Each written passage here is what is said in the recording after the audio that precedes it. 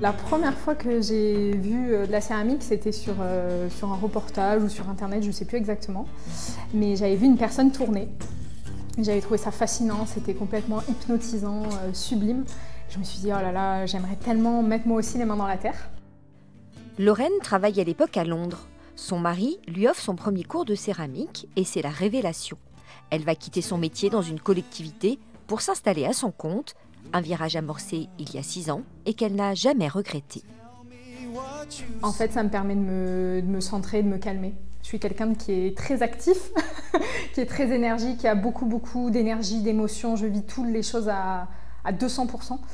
Et je pense que, vu que c'est un peu l'éloge de la lenteur, ce métier, et de la patience, bah en fait, ça contrebalance complètement avec ma façon d'être, en fait. Et ça me permet d'être équilibrée dans ma vie.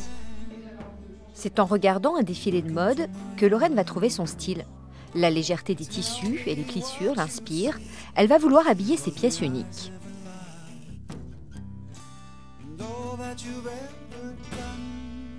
Alors l'idée, c'était vraiment d'imprimer un mouvement dans une matière qui est complètement inerte et figée. Entre ses mains d'artiste, les formes prennent vie.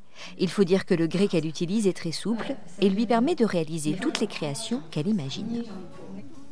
On peut quasiment tout faire avec de la terre, ce qui n'est pas le cas avec beaucoup de matériaux.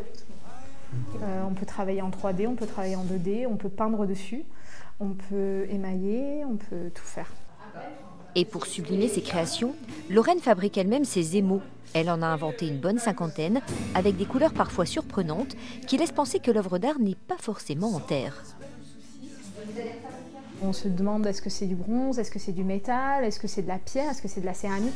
J'aime bien l'idée de brouiller ces pistes. Tout comme elle aime ce métier très pluriel, où elle est à la fois artiste, chimiste, chercheur et chef d'entreprise. Cette année, elle a déjà réalisé une centaine d'œuvres, dont 90% sont vendues à l'étranger, aux États-Unis et en Angleterre.